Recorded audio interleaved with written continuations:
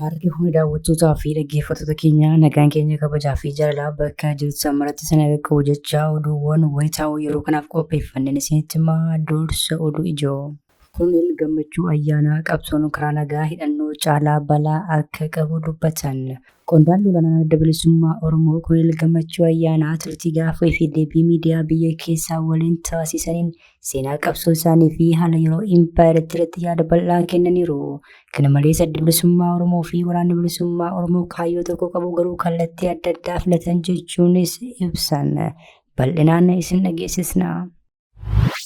Irree fi gaachanni saba Oromoo waraanni bilisummaa Oromoo godinaalee Oromiyaa 5 keessatti bifa haaraa lola jabaa loltoota faashistii Abiyyi waliin geggeessuun injifannoo cululuqaa galmeessuu wayitaa ifoomsuun bilchiginnaan ammoo diroonii jabanaa ammayyaawwaadha jedhame gara impaayiratiitti galchachuu ifoomse. Eessatti lolli jabaan kun geggeeffame dirooniin galee hoo maalii kan jedhu kan balballoomsinu ta'a. Naannoo Amaaraa keessatti waraanni geggeeffamaa jiru wayitaa Finfinnee itti dhufee geggeeffamaa jirutti qondaalli olaanaan tokko ajjeefamuun gabaafame. Itti gaafatamaan quunnamtii fi hariiroo alaa Faannoo Asras Maaree ammoo dhimma marii araaraa bilchiginnaa wajjin taasifamuu danda'u irratti deebii kenne. Kunis kanaan jiru loltoonni faashistii Abiyyi kan maqaa paaraa koomaandoo jedhamuun beekamanii fi lakkoofsaan hedduu ta'an mooraa sirnichaatti miliqanii badaniiru jedhame. Gabaasa bal'aa qopheeffanneerraa isin biraan geenya. Haleellaa qilleensaa cimaa raawwatamee hordofuudhaan lolli jabaan banamuun ifoome. Irra deddeebiidhaan bilchiginnaa himachaa kan ture gareechi waraanni kun daangaa irratti dhufuu ifoomseera. Balaan kun ammoo bilchiginnaa rifaatuu guddaa keessa seensisee jedhame. Kanas qindeeffanneerraa kan dhageessan ta'a. Odeeffannoo wayitaawoo impaayira Itoophiyaa fi haala yeroo Oromiyaa hordofuudhaaf toora YouTube chaanalii kanaa subscribe, like, share taasisaa jechaan gara oduu bal'inaan qopheeffannetti isin dabarsa. Qondaalli gammachuu ayyaanaa qabsoon karaa nagaan taasifamuu qabsoo hidhannoo caalaa balaa guddaa akka qabu dubbatan.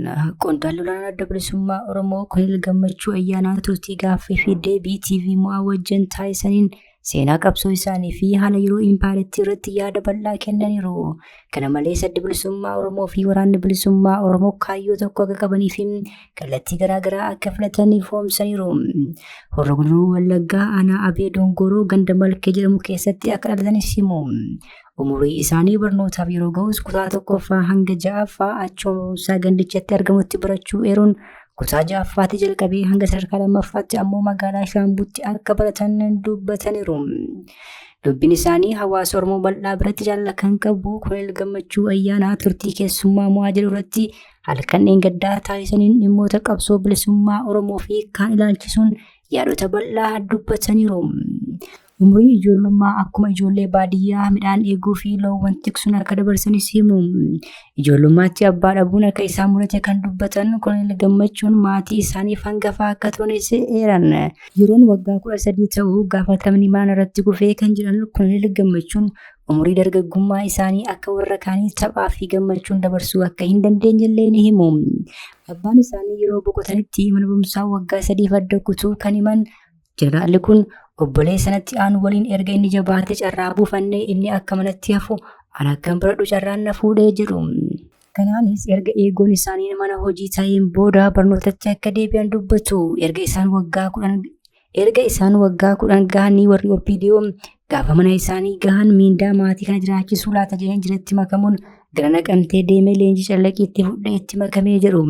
Barri isaan jedhan kunis akka lakkoofsa impaayiratiitti bara 1983 akka ture dubbatu. Rakkoo maatii suphuuf kan akka murteessan kan himan Qondaalli gammachuu ayyaanaa warri keenya durumaa harqalleeyyii waan ta'aniif sanatti makamee jedhu. Yeroo sanatti walakkaa miindaa argatanii haadha isaaniirraa akka turan kan dubbatan Qondaalli gammachuu ayyaanaa yeroo sanatti akka baadiyyaatti haati koo beela keessaa baateetti jechuun immoo san keessaa waggaa 13 akka turan kan himan Qondaalli gammachuun ergasii booda gara abaawootti akka makaman dubbataniiru. Haala maatii isaaniirraa kan dubbatan kanan sababa abbaa dhabuuf rakkina jireenyaa irraa kan ka'e obboleessa isaanii kan itti aanu barnoota ala ta'ee hafuu dubbataniiru. Isatti kan aanan ijoolleen lakkoon jiran ammoo erga Koloneel Gammachuun gara abaa'utti makamanii sababa Buleessi isaaniif adamfamanii hidhamaa hiraarfamaa akka turan himuun kutaa 12ffaa xumuruuf waggoota 35 akka itti fudhatillee dubbataniiru. Waggoota 13 caasaa OPDO keessa turan yennaa yaadatan Koloneel Gammachuun dabballee ta'anii fi salaalee keessatti hojjetaa akka turan himu. Yeroo sanatti ijoollee akka turan dubbachuun walga'ii waamee walga'ii san afaan Amaaraan geggeeffama jennaan akka illee dubbatan. Waldhabdeen OPDO waliin turanis achi akka ka'e dubbachuun kun dabballee ta'uu hin danda'u haaromsaa hafatu jechuun huursootti Lammaa Magarsaa waliin nu ergan jiru. Yeroo sanatti Lammaa Magarsaan namoota OPDO fi amanamne keessatti ramadamuun leenjii haaromsaa waliin akka fudhatillee ni himu. Miseensa OPDO ta'anii yeroo hojjetaa turan namoota quuqama sabaa isaaniif qaban hagam dhiibbaa akka irraan gahaa ture ibsu. Namoota caasaan OPDO kun dabballee ta'uu hin danda'u jechuun shakkanii haaromsa galchan keessaa tokko Ambootti dabballee OPDO kan ture Geetaachoo Nagaash kan jedhamu akka ta'e himu. Dhalataa muka xurrii ta'uu dubbachuun namni isaan jedhan kun gaafa daraaraa kafanii du'uu boosse jechuun akka hidhame dubbatan. San booda lolatti baasanii akka ajjeefame eeran. Gola OPDO keessatti waan sabboontota Oromoo irra gahaa ture ulfaataa akka ture ibsan. Koloneel Gammachuun waraana keessa waggaa 13 akka turan himan. Waggaa 13 keessaa waggaa 3 ejentii abaa'ooti jedhamuun hojiirra dhorkamanii mana turuu himu. Dubbiin kun karaa Jeneraal Saamoraa akka ittame kan eeran Koloneel Gammachuun waggaa 3f sababa himata caasaa abaa'oo jedhameef mana akka turan dubbataniiru. Koloneel Gammachuun sababni caasaa abaa'ootti akka shakkaman taasise maal akka ta'es dubbatan. Waraana keessatti uummataaf hojjechuun dadhabbii gaafataa kan jedhan namni kun yeroo sanatti akka taniin nu hordofu utuu beekanii balaa dhufuudhachuuf qophoofnee dhuma qondaalonni Oromoo taane walitti dhufnee hojjetaa turre jedhu. Yeroo sanatti Jeneraal Haayiluu Gonfaa Kamaal Galchuu fi hanga qondaalota waraanaa 50 kan taanu ifatti walgahii hanga godhachuutti deemaa turre jedhan. Qondaalonni waraanaa kun caasaa wayyaanee keessa ta'anii abaa'oo quunnamaa akka turanis himan. Kun ta'ee haalaan mariirra utuu jiranii haalli sammaataa dhufee saaxilamneera jedhamuun Kamaal Galchuu waraana hagatee cabsatee dingata wabootti akka makame himan. Yeroo sanatti ofii isaaniif ammoo Jeneraal Haayiluu Gonfaa waliin Finfinnee akka turan eeran. Jeneraal Haayiluu Gonfaa fi Koloneel Gammachuun ammoo booda irraa hayyureen abaa'oo Jaal Daawud Ibsaa bilbiluun gara zoonii kibbaatti akka bahan taasifamuu dubbatan. Yeroo sanatti Gammachuu Abbooyyee kan amma ajajaa waraana bilisummaa Oromoo zoonii kibbaa ta'een dirree kibbaatti simatamuu isaanii eeran. Kibba irraas gara Keeniyaa achirraa ammoo gara Eertiraa deemuun waraana jajjabeessuu irratti hojii hojjetaa akka turanis Koloneel Gammachuu ayyaana dubbataniiru. Adda bilisummaa Oromoo bara 2018 gara Impaayiriitti erga deebi'ee qabsoo kana gaggeessaa akka jiru himan. Haala kana keessattis dhiibbaan adda addaa akka isaan irra gahaa jiru eeran. Abaa'oon qabsoo kana gaggeessuu keessatti waajjirri isaa humnaan caccabu, miseensota isaaf qondaalonni isaa mirga sochii dhorkamuun hafee mirga lubbuun jiraachuu irraallee akka molqamee jiru kaasuun komatan. Dhimma kana irratti Koloneel Gammachuunis TV mo'aa irratti halkan dheengaddaa dubbataniiru. Qabsoon karaa nagaa rakkoo keessa jira kan jiran qondaalli abaa'oo kun dirreen siyaasaa mootummaan dhiphatee akka jiru himu. Waajjirri abaa'oo gullallee qofaatu banaadha. Walgahii godhachuu hin dandeenyu nageenyi hin jiru jechuun qeequ. Nagaaf dhugaan adda addaa hin bulan kan jiran Koloneel Gammachuun Oromiyaa keessa nageenyi hin jirus jedhan. Qabsoo hidhannoo caalaa qabsoon karaa nagaa balaa guddaa akka qabus kaasu. Hoogganaa akka battee dhabuu kan fide danqaa qabsoo karaa nagaatti fide keessaa tokkodha jedhan. Qabsoo hidhannoo keessatti ajajaan duuba jira. Qabsoo nagaa garuu hoogganaan dura bu'aa jechuun dubbatan. Qabsoo hidhannoo keessatti hoogganaa ajjeesuuf hireen jiru ulfaachuu akka malu kan kaasan Koloneel Gammachuun qabsoo karaa nagaa keessatti garuu mootummaan hoogganaa ajjeesuuf hiree bal'aa akka qabu dubbataniiru. Wati jijjiiramaa sanatti hayyuudeen abaa'oo waraana dirree jiru akka galchaniif dhiibbaa guddaa irratti adeemaa ture. Dhiibbaan kun gama mootummaa qofaan osoo hin taane kanneen akka Jawaar Mohaammed dabalatee abaa'oon labsii WBOn bosonaa akka galu dabarsuu qaba jechuunis gaafataa turan. Haalli kun garuu akka yaadame ta'uu nafee waraanni bilisummaa Oromoo bosona jiru hatattamaan hooggansa of keessaa filachuun abaa'oo irraa adda bahuu labse. Abaa'oonis WBO bakka abbootiin gadaa jirutti uummata Oromootti kennuu hime. Dhimma kanarratti kan gaafataman Koloneel Gammachuun yeroo sanatti abaa'oon abbootii gadaaf uummataaf WBO kenna jechuurra akka waraanni bilisummaa Oromoo galan maaf hin goone jedhamuun gaafataman. Deebiin Koloneel Gammachuu Jaal Daawud Ibsaa yeroo sanatti qofaa isaanii WBO ajajuu hin danda'anii jedhan. Waraanni bilisummaa Oromoo kaayyoo qaba qacaramee hojjeta osoo hin taane kaayyoof lolaa jiraas jedhan. Humna kaayyoo qabu kan ofiin amanee qawwee kaasee namni tokko golchuu hin danda'u jedhan. Waraanni hidhannoo hiikkatee akka galuuf waliigalteen Asmaraatti taasifamu kan himan Koloneel Gammachuun humni Eertiraa ture sun akkuma waliigaltee sanatti galuus dubbataniiru. Irree fi gaachanni saba Oromoo waraanni bilisummaa Oromoo godinaalee Oromiyaa 5 keessatti bifa haaraa lola jabaa loltoota faashistii Abiyyi waliin geggeessuun injifannoo culuqaa galmeessuu wayita ifoomsuun biltiginnaan ammoo diroonii jabanaa baay'ee ammayyawaadha jedhame gara impaayiratiitti galfachuu ifoomsate.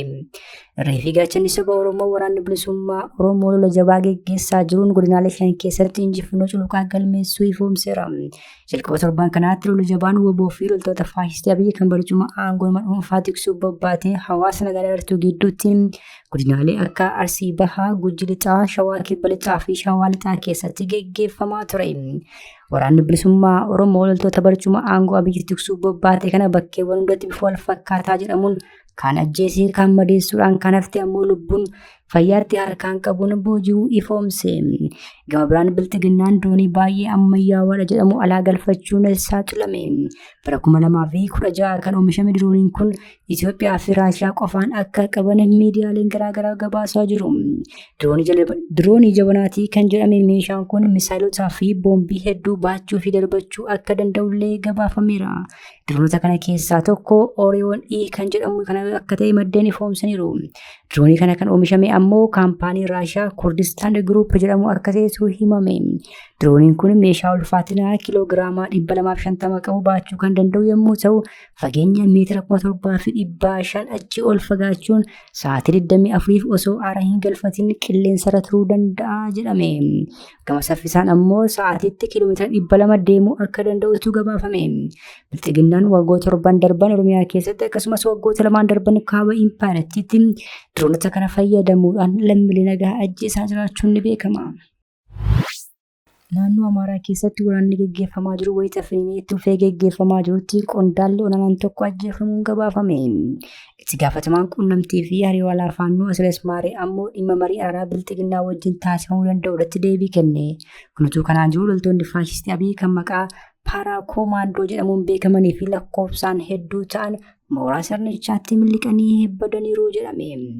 Lolli kaaba impaayiratiitti naannoo Amaaraa keessatti Faannoo fi biltiginnaa gidduutti geggeeffamaa jiru waggoota 2 fi walakkaa kan lakkoofsise yoo ta'u osoo xumura hin argatiin lubbuu lammiilee nagaa galaafachuu itti fufeera. Biltiginnaan loltoota isaa gulantaa garaagaraa irra jiranii fi humna qilleensaa fayyadamuun haleellaa yoo raawwatu finxaaleeyyiin Faannoo ammoo reebuun humnoota biltiginnaa kana haleellaa jirraa jedhu. Tibbana humnoota biltiginnaa wajjin bakkeewwan lolitti geggeeffamaa ture keessaa tokko kan ta'e naannoo Alaaf jedhamuun beekamutti bakka kanatti leenjisaa garee koomaandoo Faannoo kan ture qondaalli waraanaa Faannoo Muluqeen jedhamu tokko ajjeefamuu gareechi ifoomseera. Utuu kanaan jiru gareechi dargaggoonni leenjii Paara Koomaandoo fudhatanii fi lakkoofsaan 800 ta'an mooraa waraanaa biltiginnaatiin miliquudhaan gara bakka irraa dhufanitti deebi'uutu gabaafame. Gama biraan tibbana gareen finxaaleeyyii Faannoo bakkeewwan lamatti wal qooduun walii isaanii fi biltiginnaa lolaa turan walitti dhufuudhaan dhaabbata haaraa hundeeffachuu hordofe biltiginnaa wajjin marii araaraa taasisuu dandeessu jedhamanii kan gaafataman itti gaafataman quunnamtii fi hariiroo alaa gareechaa Asirasmaaree ammatti dhimmicha ajandaa keenya ijoo miti jechuudhaan BBC'tti himan. Haleellaa qilleensaa cimaa raawwatamee hordofuudhaan lolli banamuun ifoome. Irra deddeebiidhaan biltiginnaa himachaa kan ture gareechi waraanni kun hanga daangaatti dhufuu ifoomse. Naannoo Beenishaangul Gumuz aanaa Mengii naannoo laga Daabboositti wiirtuun leenjii waraanaa banamuun hidhattoota garee hameetii deeggaraniif leenjiin akka kennamu gabaafamuu hordofee humni waraanaa Sudaan naannoo sanatti waraana banuuf harka dirqamuu baatii tokko dura beeksisee ture. Torban darbe naannoo Beenishaangul Gumuz godina Asoosaa aanaalee argamaa ofii Koomoo keessatti humni waraanaa Sudaan haleellaa qilleensarraa raawwachuun dhagahameera. Haleellaan qilleensaa kun guyyaa 2 dura akkasumas torban 2 duras irra deddeebiidhaan raawwatamaa ture jedhame. Haleellicha hordofee karaa Biluu Naayil waraanni irratti banameera jechuun humni waraanaa Sudaan ibseera. Addi waraanaa haaraan baname kunis daangaa Itoophiyaa, Sudaanii fi Sudaan kibbaa akka ta'e himameera. Naannoo kanatti lolli feenee jiraachuun kan himamu yommuu ta'u torban darbee keessa qofa haleellaan qilleensarraa si'a 15 ol raawwatameera jedhame. Waraanni kun gara Itoophiyaattis ce'uu danda'a jedhame. Torban kana buufata xiyyaaraa Bishooftuu kan Harar Meedaa jedhamuun beekamu akkasumas Bahar Daarii fi Asoosaa dabalatee meeshaalee waraanaa gara hidhate.